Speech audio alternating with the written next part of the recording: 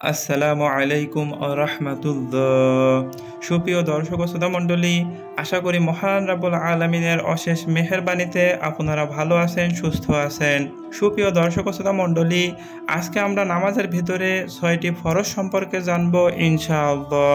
নামাজের ভিতরে 6টি ফরজের মধ্যে যদি এর একটিও মিস হয়ে যায় তাহলে কিন্তু আপনার নামাজটি কবুল হবে না।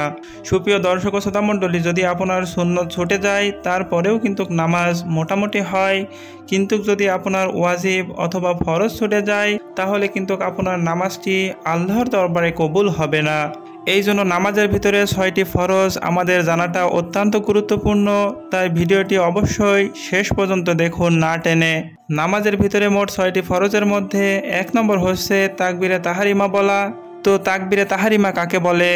তাকবীরে তাহরিমা হলো যেটা আমরা নামাজ শুরু করার জন্য প্রথমে তাকবীরটা দেই, যেমন আল্লাহু আকবার, এটাকে তাকবীরে তাহরিমা বলে। তাকবীরে তাহরিমা হলো ফরজ। 2 নম্বর ফরজটি হচ্ছে দাঁড়িয়ে নামাজ পড়া। আপনি যদি বসে বসে নামাজ পড়েন, সুস্থ থাকা অবস্থায়ও বসে বসে নামাজ পড়েন তাহলে কিন্তু আপনার নামাজটা হবে না।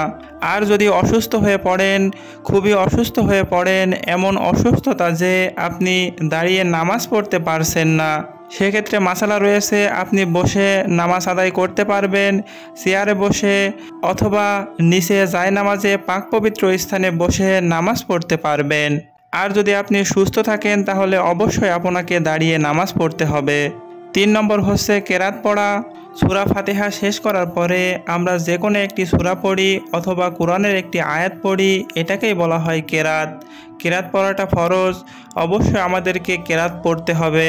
তার মধ্যে 4 নম্বরটি হচ্ছে রুকু করা নামাজের ফরজের মধ্যে একটি। 5 নম্বর হচ্ছে 2টি সিজদা করা ফরজ।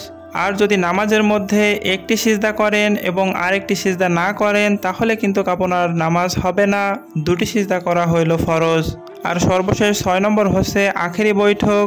আখেরি বৈঠক মানে আমরা নামাজ শেষ করার মুহূর্তে বসে তাশাহুদ পড়ি, দুরূদ শরীফ পড়ি, দোয়া মাসুরা পাঠ করি, এটাকে বলা হয় আখেরি বৈঠক। আখেরি বৈঠক হলো নামাজের ভিতরের সর্বশেষ ফরজ।